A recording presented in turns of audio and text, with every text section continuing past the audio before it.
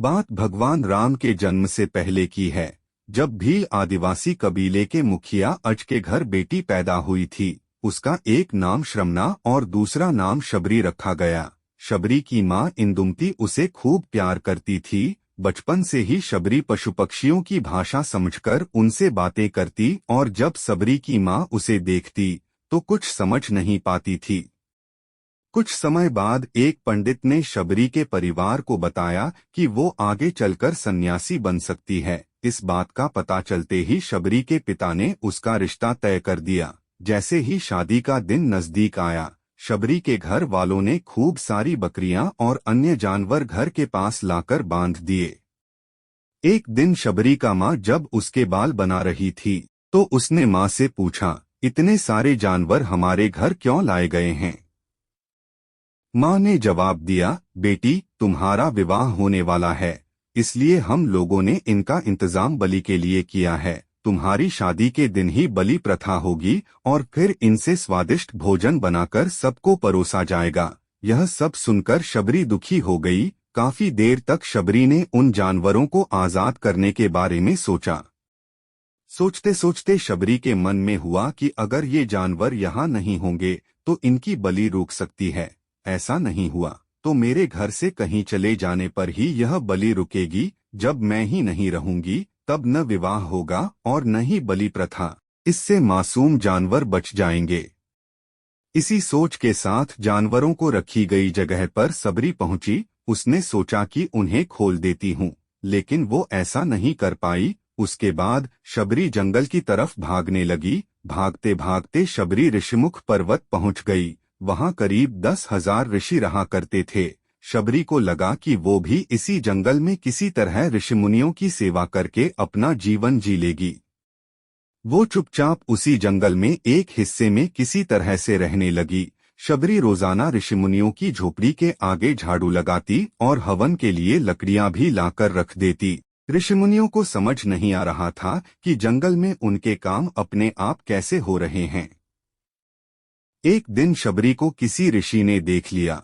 उसे देखते ही उसका परिचय पूछा। जैसे ही शबरी ने बताया कि वो भी आदिवासी परिवार से संबंध रखती है तो उसे ऋषियों ने खूब डांट लगाई। शबरी को इस बात का बिल्कुल भी पता नहीं था कि उसकी जाति छोटी है और उसे ऋषियों द्वारा जाति की वजह अपमान सहन करना पड़ेगा। इतना सब होने के बाद भी शबरी हर ऋषिमुनि के दरवाजे पहुंचती और उनके आंगन में झाड़ू लगाकर उनसे गुरु दीक्षा देने के लिए कहती। हर कोई शबरी को उसकी जाति की वजह से अपने आश्रम से भगा देता था। ऐसा होते होते काफी समय बीत गया। उसके बाद शबरी मतंग ऋषि की कुटिया में पहुंची।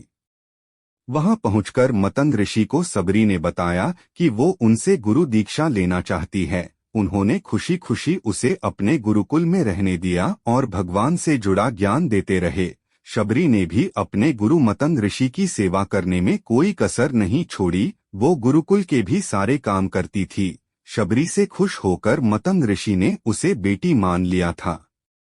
समय के साथ मतंग ऋषि का शरीर बूढ़ा हो गया। उन्होंने एक दिन शबरी को अपने पास बुलाया और कहा, बेटी मैं अपना देह त्यागना चाह रहा हूँ। बहुत साल हो गए इस शरीर में रहते रहते। शबरी ने दुखी मन से कहा, आपके ही सहारे मैं इस जंगल में रह पाई हूँ। आप ही चले जाएंगे तो मैं जीकर क्या करूँगी। आप अपने संग मुझे भी ले जाइए, मैं भी देह त्याग दूंगी। मतंग ऋषि ने जवाब दिया, बेटी तुम्हें चिंता करने की जरूरत नहीं है। राम तुम्हारी चिंता करेंगे और ध्यान भी रखेंगे। शबरी ने राम का नाम सुनने के बाद पूछा, वो कौन है और उन्हें मैं किस तरह से ढूंढूंगी? मंतग ऋषि ने बताया, राम कोई और नहीं भगवान है। वो तुम्हें सारे अच्छे कर्मों का फल देंगे। तुम्हें उन्हें ढूंढने की कोई जरूरत नहीं है। वो एक दिन खुद तुम्हें खोजते हुए इस कुटिया में आएंगे और तुम्हें उनके हाथों ही मोक्ष मिलेगा। तब तक तुम इसी आश्रम में रहो। इतना कहते ही मंतग ऋषि ने अपना शरीर त्याग दिया। शबरी के मन में मंतग ऋषि के जाने के बाद से एक ही बात थी कि भगवान राम स्वयं उससे मिलने आएंगे। वो रोज भगवान राम से मिलने के लिए बाग से अच्छे अच्छे फूल लाकर पूरा आश्रम सजाती और भगवान के लिए बेर तोड़कर लाती। भगवान के लिए बेर चुनते हुए शबरी उन्हें चख लेती थी, ताकि भगवान वो सिर्फ मीठे बेर ही दे। रोजाना शबरी इसी तरह भगवान के दर्शन की आस में फूल और बेर इकट्ठा करती रहती थी। इसी तरह इंतजार में कई साल बीत गए। शबरी का शरीर एकदम वृद्ध हो गया। एक दिन आश्रम के पास के ही तालाब में शबरी पानी लेने के लिए गई। तभी पास के ही एक ऋषि ने उसे अछूत कहते हुए वहां से भागने के लिए कहा और एक पत्थर मार दिया। वो पत्थर जब शबरी को लगा तो उसे चोट लगी और खून बहने लगा। बहते हुए खून की एक बूंद उसी तालाब के पानी में गिर गई। तभी पूरा तालाब का पानी खून में बदल गया। ये सब होता देखकर ऋषि ने शबरी को ही डांटा और कहा कि पापीन, तुम्हारी वजह से पूरा पानी खराब हो गया। रोज ऋषि उस पानी को साफ करने के लिए अपनी कई तरह की विद्याओं का इस्तेमाल करते। कई सारे जतन करने के बाद भी कुछ नहीं हुआ। फिर उन्होंने गंगा जैसी कई पवित्र नदियों का जल भी उस तालाब में डाला, फिर भी तालाब का पानी साफ नहीं हो पाया और वो खून जैसा ही रहा।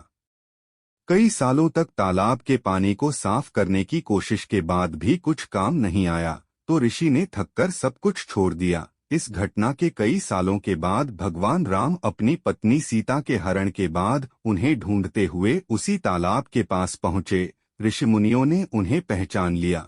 भगवान को वहां देखकर ऋषियों ने तालाब का पानी साफ करने के लिए भगवान को अपने पैर उसमें डालने के लिए कहा, लेकिन पानी जैसे का तैसा ही था।